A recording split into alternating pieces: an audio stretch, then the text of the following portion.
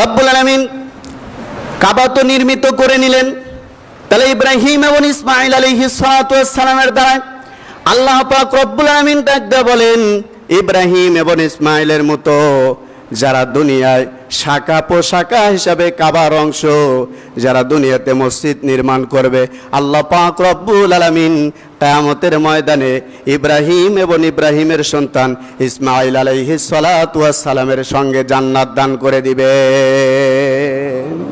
মুসলমান, আল্লাহ পাক রব্বুল আলামিন ইব্রাহিম এবং ইসমাঈল আলাইহিস সালাতু ওয়াস সালামের সঙ্গে জান্নাতে দিবে যারা এই মসজিদকে নির্মাণ করবে।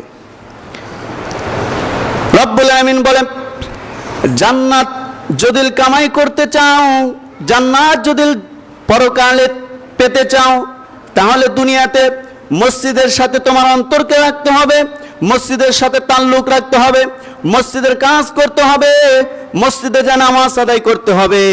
যারা মসজিদে এসে সঠিক পন্থায় 5 ওয়াক্ত নামাজ আদায় করবে, রব্বুল আলামিন বলেন, দুনিয়ার যে সমস্ত মসজিদে যার মানুষেরা নামাজ পড়ে, মসজিদের সাথে যদি ভালোবাসা করতে থাকে, মসজিদে যদি সঠিকভাবে নামাজ পড়ে, হতে পারে আপনারা বগুড়ার মানুষ এই মসজিদে নামাজ পড়তেছেন, কিন্তু এই মসজিদে যদি সঠিকভাবে নামাজ আদায় করতে পারেন, আল্লাহ পাক রব্বুল আলামিন ওই সঠিক নামাজি বান্দাদেরকে এক পর্যায়ে এই মসজিদের শাখা সর্বপ্রথম যেই নির্মিত ঘর কাবা, এই মসজিদ থেকে আল্লাহ পাক রব্বুল আলামিন একদিন হলেও কাবার মুক্তাদি বানায় দিও। বলেন সুবহানাল্লাহ।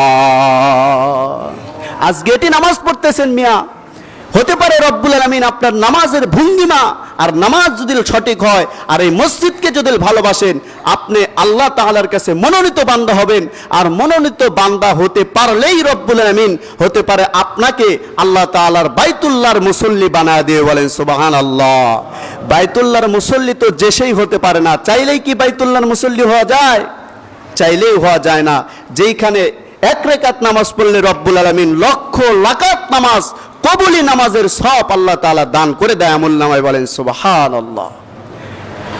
মুসলমান ভাইরা আমার কথার উদ্দেশ্য হলো, মসজিদে আসলে সঠিকভাবে নামাজ আদায় করতে হবে, দিলটা মসজিদমুখী করতে হবে, মসজিদের ভালো কাজ করতে হবে, মসজিদের সাথে মহাব্বত রাখতে হবে।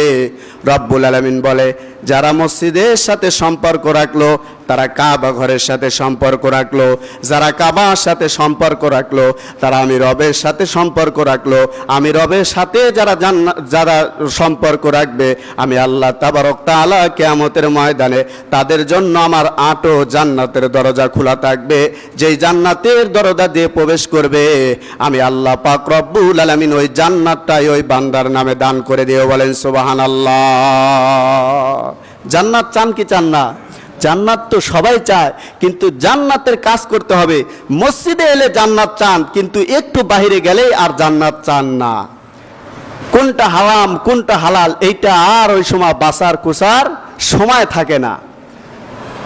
মসজিদে আসলে আল্লাহকে ডাকেন, কিন্তু মসজিদ থেকে বের হয়ে গেলে আর আল্লাহর কথা স্মরণ থাকে না। মসজিদে আসলেই রাসূলুল্লাহর প্রেম ভালোবাসা জাগে, কিন্তু মসজিদ থেকে বের হয়ে গেলেই রাসূলুল্লাহর প্রেম ভালোবাসা আর আমাদের অন্তরের ভিতরে থাকে না।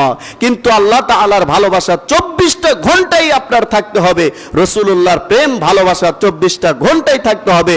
তবেই আপনি পরিপূর্ণ ঈমানদার মুত্তাকিন পরহেজগার বান্দা হতে পারবেন, নয়তোবা আপনি মুত্তাকিন পরহেজগার বান্দা হতে পারবেন না।